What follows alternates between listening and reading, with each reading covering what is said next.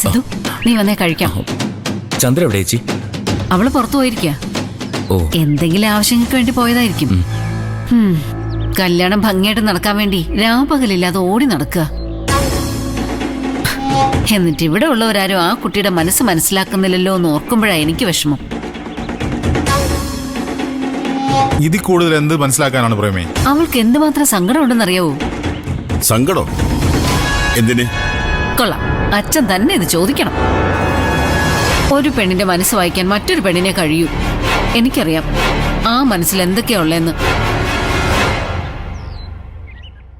സിദ്ധു, മഹാ അബദ്ധം നീ കാണിക്കുന്നെ. മാണിക്യം പോലുള്ളൊരു കുട്ടിയാ ചന്ദ്ര. അവളെ കളഞ്ഞിട്ടാ ദേവികയെ നീ ഇങ്ങോട്ട് കൊണ്ടുവരാൻ പോകുന്നത്. എന്തു വർത്തമാനമാ പ്രേമേ നീ പറയുന്നത്? നാളെ കഴിഞ്ഞ കല്യാണമാ. മുഹൂർത്തം എത്തിയിരിക്കുന്ന നേരത്ത് ഇങ്ങനെയൊക്കെയാണോ സംസാരിക്കേണ്ടത്? ഇനി പഴയ കഥകളൊന്നും പറയരുത്. അതൊക്കെ ഏതെങ്കിലും കുഴിക്കകത്തിട്ട് മൂടുന്നതാ നല്ലത്. അല്ലെങ്കിൽ തന്നെ ചന്ദ്രയെല്ലാം മറന്നു കഴിഞ്ഞു. അവക്കില്ലാത്ത സങ്കടം നമുക്കെന്തിനാ? അവൾക്ക് സങ്കടമില്ലാന്ന് നിങ്ങളോട് ആരാ പറഞ്ഞേ?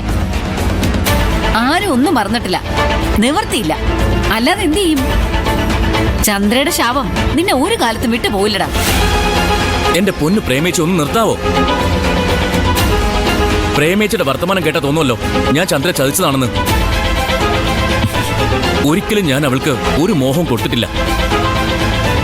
എന്റെ സമ്മതമില്ലാതെ അവൾ എന്നെ സ്നേഹിച്ചു. അതെന്റെ തെറ്റാണോ? അതുകൊണ്ട് തന്നെ അവള് ശപിച്ചാൽ ആ ശാപം എനിക്ക് കിട്ടാൻ പോകുന്നുമില്ല. നിർത്ത്. ഇനിമേലാൽ ഇത്തരമൊരു സംസാരം ഈ വീട്ടിലുണ്ടാകാൻ പാടില്ല. വന്നു കയറുന്ന പെണ്ണിത് കേട്ടാൽ എന്ത് വിചാരിക്കും? അവൾക്ക് വിഷമമുണ്ടാകുന്ന ഒന്നും നമ്മളായിട്ട് ചെയ്യാൻ പാടില്ല. അവളുടെ ഇഷ്ടത്തിനൊത്ത് ജീവിക്കാൻ എന്നെ കിട്ടത്തില്ല. എനിക്ക് തോന്നുന്നത് ഞാൻ പറയും. അതാരുടെ മുഖത്ത് നോക്കിയും പറയും. എന്നെ തടയാന്നേ ആരും വിചാരിക്കണ്ട. ഞാൻ തടയും. പഴയ പകയും ദേഷ്യവും വെച്ച് ദേവിയോട് പെരുമാറിയാൽ ഞാനത് തടഞ്ഞിരിക്കും.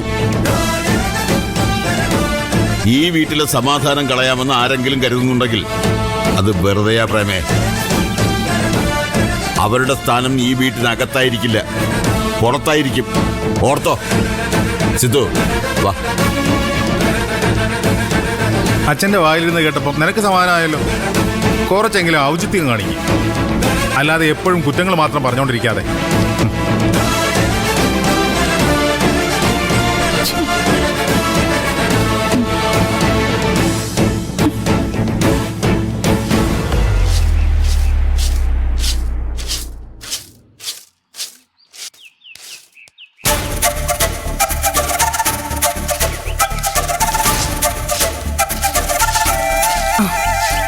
നില്ലടി.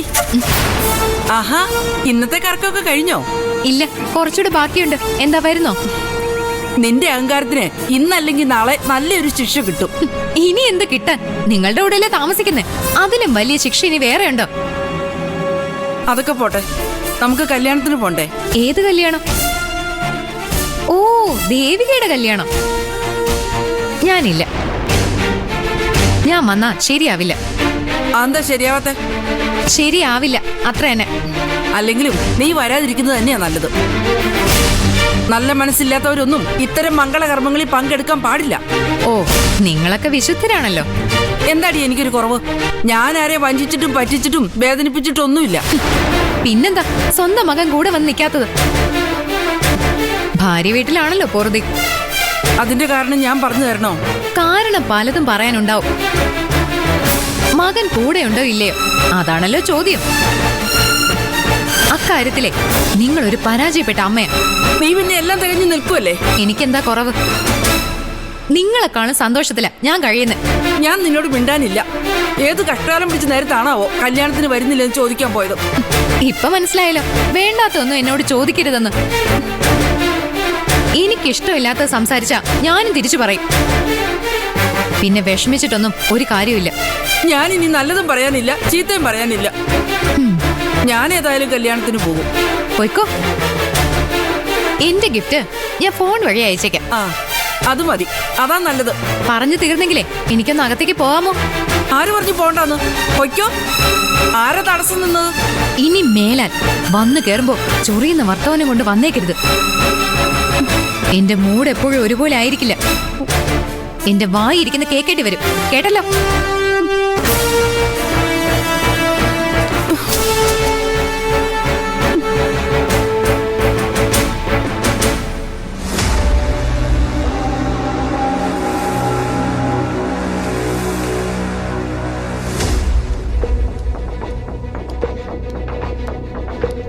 എന്തിനാ വിളിച്ചേ? നമ്മൾ വാടകയ്ക്ക് എടുത്ത ആ വീടില്ലേ, അവിടെ ഞാനൊരു ക്ലിനിക്ക് തുടങ്ങിയാലോ? തൽക്കാലം OP മാത്രം മതി. മരുന്ന് പുറത്തുനിന്ന് കുറിച്ചു കൊടുക്കാം. വെറുതെ ഇരിക്കുന്നതിനേക്കാളും നല്ലതല്ലേ? അത് നല്ലതാ. അതും പ്രാക്ടീസ് തന്നെയാണല്ലോ. എന്തായാലും പേഷ്യൻസിനെ കിട്ടുമെന്ന് ഉറപ്പാ. നല്ല വരുമാനം ഉണ്ടായ ആ ക്ലിനിക്ക് നമുക്കങ്ങ് വിപുലപ്പെടുത്താം. അല്ല, വീടിന്റെ ഓണേഴ്സ് സമ്മതിക്കോ ക്ലിനിക്ക് തുടങ്ങാൻ? സമ്മതിക്കും. ഞാനൊരു ചെറിയ സൂചന അന്നേ കൊടുത്തിരുന്നു. അവർക്കതില് സന്തോഷക്കുറവൊന്നുമില്ല. എന്നാ പിന്നെ ഇനി അധികം വൈകണ്ട. ആശുപത്രിയിൽ നിന്ന് തെറിപ്പിക്കാനല്ലേ തങ്കച്ചിക്ക് പറ്റൂ. ക്ലിനിക്ക് പൊട്ടിക്കാൻ എന്തായാലും പറ്റില്ലല്ലോ. നമ്മൾ തോറ്റിട്ടില്ല എന്ന് കാണിക്കാനും അത് നല്ലതാ. ക്ലിനിക്ക് തുടങ്ങിയിട്ട് വേണം ഒരു യാത്ര പോവാൻ. ഓണത്തിന് പോലും ശ്രുതിമോളെ ഒന്ന് കാണാൻ പോവാൻ പറ്റിയില്ല. അതെങ്ങനെയാ? ഇവിടുത്തെ പ്രശ്നങ്ങൾ തീർന്നിട്ടൊരു സമാധാനം കിട്ടണ്ടേ? അടുത്ത തന്നെ ഒന്ന് പോയാലോ? പോവാം. വിശാലും ഇത് തന്നെ പറഞ്ഞു. മോളെ കണ്ടിട്ട് ഒരുപാടായത്രേ. സോറി, ഞാൻ വേണോന്ന് വെച്ച് പറഞ്ഞല്ല. പിന്നെ പാസ്റ്റ് ഈസ് പാസ്റ്റ്, അത് കഴിഞ്ഞു. ചിലതൊന്നും അത്ര പെട്ടെന്ന് മായ്ച്ചു കളയാൻ പറ്റില്ല. എത്ര ശ്രമിച്ചാലും അതിങ്ങനെ തെളിഞ്ഞു വരും. ശ്രുതിമോൾക്ക് എന്നെ വല്ലാതെ മിസ് ചെയ്യുന്നുണ്ടാവും. എനിക്ക് അവളെ മിസ് ചെയ്യുന്നുണ്ട് ഒരുപാട്. സാഹചര്യം നമുക്ക് അനുകൂലമല്ലാതായിപ്പോയി. അല്ലായിരുന്നെങ്കിൽ അവളെ ഞാൻ ഇങ്ങോട്ട് കൊണ്ടുവരായിരുന്നു. അമ്മയുടെ തണലിൽ നിൽക്കേണ്ട കുട്ടിയാ തനിച്ച് ബോർഡിങ്ങില്. ശരിക്കും ഞാൻ അവളോട് ചെയ്യുന്നത് ക്രൂരതയല്ലേ? എന്നൊന്നും പറയാൻ പറ്റില്ല. താനെന്നും അവളുടെ നന്മ മാത്രമല്ലേ ആഗ്രഹിച്ചിട്ടുള്ളൂ. ലക്ഷ്യം അതായതുകൊണ്ട് തന്റെ ഭാഗത്ത് തെറ്റുണ്ടെന്ന് ഞാൻ കരുതുന്നില്ല. എനിക്കറിയാം തന്റെ മനസ്സ്. അവളെ കാണാതെ വല്ലാതെ വീർപ്പ് മുട്ടുന്നുണ്ടത്. എന്തായാലും കുറച്ച് ദിവസം കൂടി കഴിയട്ടെ, നമുക്ക് ശ്രുതിമോളെ കാണാൻ പോവാം. ഇപ്പൊ എനിക്ക് കുറച്ച് വെള്ളം കുടിക്കാൻ എടുത്തിട്ട് വാ.